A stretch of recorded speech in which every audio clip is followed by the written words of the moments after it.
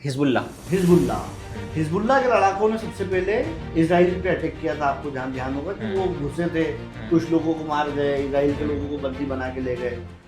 आपको पता है जो ये पूरा गाज़ा वाला जो पूरा लड़ाई हो रहा था, इसराइल की गाज़ा से जो लड़ाई हो रही थी, ये क्यों हो रही थी? फिलिस्तान का शायद ये जो वो था एक आतंकवादी संगठन, क्या नाम है उसका, मैं नाम भूल रहा हूँ। हिजबुल्ला। हिजबुल्ला।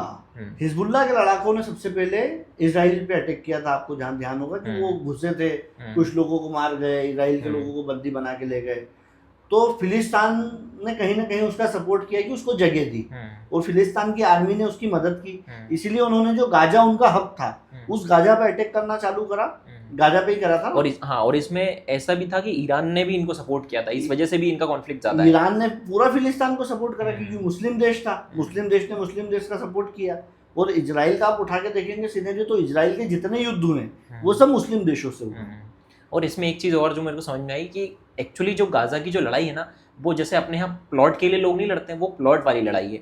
इसराइल का मोटिव है कि इसराइल को ग्रेटर इसराइल बनाना है। कुछ पार्ट इजिप्ट का कब्जा कर लिया, कुछ पार्ट इस देश का, ईरान का कब्जा कर लिया, और वो गाज़ा जो है वो एक बहुत स्ट्रेटेजिक लोकेशन पे है, तो उस पर अमेरिका की हेल्प से वो कब्जा करना चाहते हैं और वो उसको एक नया शहर बसाना चाहते हैं, और वो पूरा इसराइल जो है ग्रेटर इसराइल बनाना चाहते हैं। वो बस यही है कि इसराइल अपना क्षेत्रफल बड़ा कर रहा है और उसको फिलिस्तान के लोगों से कोई मतलब नहीं। वो सिर्फ वहाँ पे हिजबुल्ला और जो फिलिस्तान की सेना है, जो पैलेस्टीन हम देखते रहते हैं लगातार युद्ध चल रहा है, लंबे समय से युद्ध चल रहा है, तो वो अपने वही वर्चस्व की लड़ाई है। कुल मिला के दुनिया में भी वर्चस्व की लड़ाई चल रही है। एक चीज़ और आपने एक बयान सुना होगा भी, बांग्लादेश में जब रिजीम चेंज हुई थी, वहाँ पे जो हिंसा वगैरह हुई थी, तो वहाँ का एक नेता था जिसकी शायद बाद में डेथ हो गई थी, लोगों किसी ने मार दिया था उसको।